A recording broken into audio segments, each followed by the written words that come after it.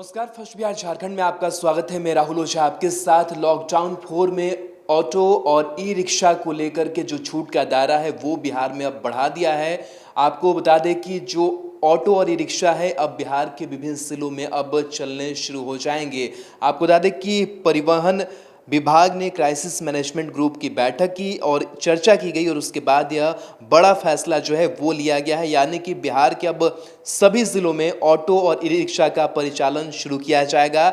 लेकिन शर्त ये है कि जो कंटेनमेंट जोन है वहाँ पर ई रिक्शा ऑटो का जो परिचालन है वो नहीं होगा। साथ ही आपको बताएं कि बाकी अगर इलाकों की बात करें तो वहाँ पर ऑटो और ई रिक्शा चलाने पर कोई रोक नहीं होगी।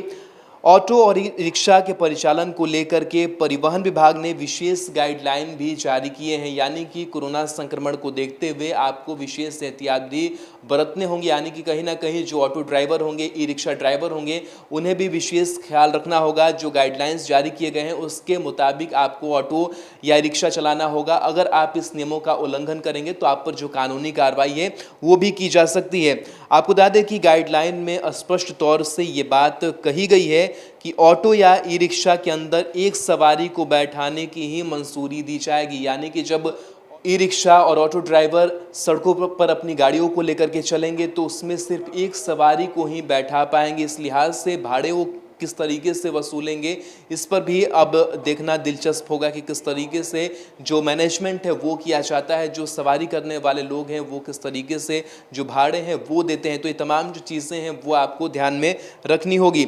साथ ही आपको बताएं कि ऑटो और ई रिक्शा के परिचालन में ट्रैफिक ज़्यादा न बढ़े, इस लिहाज से दिल्ली के जैसा ऑड इवन नियम लगाया गया है, यानी कि जिस तरीके से दिल्ली सरकार लगातार ऑड इवन नंबर जो होते हैं गाड़ियों के उसके हिसाब से चलने की अनुमति होती है, ठीक उसी तरीके से उसी पैटर्न पर जो बिहार में ऑटो और ई रिक्शा है वो चलेंगी।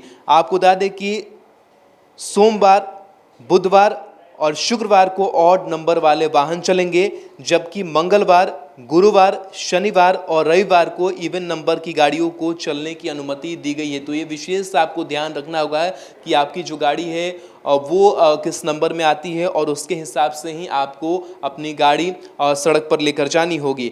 तो कहीं ना कहीं ये जो बड़ा फैसला है वो आया है क्योंकि लॉकडाउन के बीच आवाजाही को लेकर के काफ़ी दिक्कतों का सामना लोगों को करना पड़ता था। इस बीच जो सरकारी दफ्तर हैं वो भी खुल चुके हैं, कई जो कार्यालय हैं वो खुले हैं, कई जो लोग हैं अभी भी बाहर आवाजाही के लिए जाते हैं, लेकिन ऑटो ई रिक्शा नहीं चलने से उन्हें काफ़ी परेशानियों का सामना करना पड़ता है। खास करके राजधानी पटना की अगर बात करें तो ऑटो और ई रिक्शा काफ़ी संख्या में यहाँ पर चलते हैं और जो लोग हैं वो इसके आदी हो गए हैं, यानी कि उनकी आदतों में शुमार हो गया है कि वो ऑटो या ई रिक्शा लेकर के जो अपना सफ़र है वो राजधानी वासी करते हैं। लेकिन लॉकडाउन की वजह से इन गाड़ियों पर रोक लगा दी गई, लिहाजा आने जाने में काफ़ी कठिनाइयों का सामना करना पड़ा। हालांकि लॉकडाउन के बीच घरों से बाहर जाने की मनाही है, लेकिन कई जो छूटें हैं वो अब दी जा चुकी है। कई जो दुकानें हैं विभिन्न जगहों की वो खुल रही है, जिलाधिकारी इस पर लगातार मॉनिटरिंग कर रहे हैं। लेकिन इस बीच अब लोगों की जो आवाजाही है, सड़कों पर जो भीड़ है वो बढ़ गई है। लेकिन इस बीच परिवहन विभाग ने ये बड़ा फैसला लिया है कि अब जो ऑटो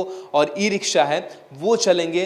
जाहिर सी बात है कि जब ऑटो और ई रिक्शा चलने शुरू हो जाएंगे तो लोगों को भी इससे काफ़ी आसानी होगी, लेकिन जो सतर्कता है वो बरतनी होगी और जो गाइडलाइन जारी किए गए हैं उसी के मुताबिक आपको ई रिक्शा या फिर ऑटो में बैठना होगा। इसका जो ख्याल है वो सवारी को भी रखना होगा और इसका ख्याल जो auto driver, e rickshaw driver होंगे उनको भी इसका ख्याल रखना होगा।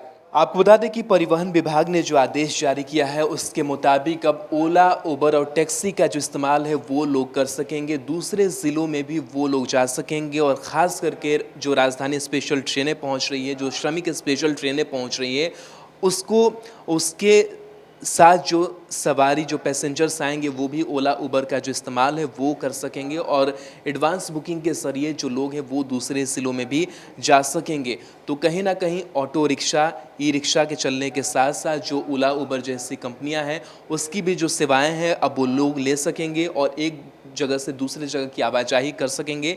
लेकिन इस बीच सोशल डिस्टेंसिंग का ख्याल और पैसेंजर जितने बैठने होंगे उन तमाम मानकों का जो ख्याल है वो रखना होगा और जो अपना ट्रैवल है वो लोग कर सकेंगे।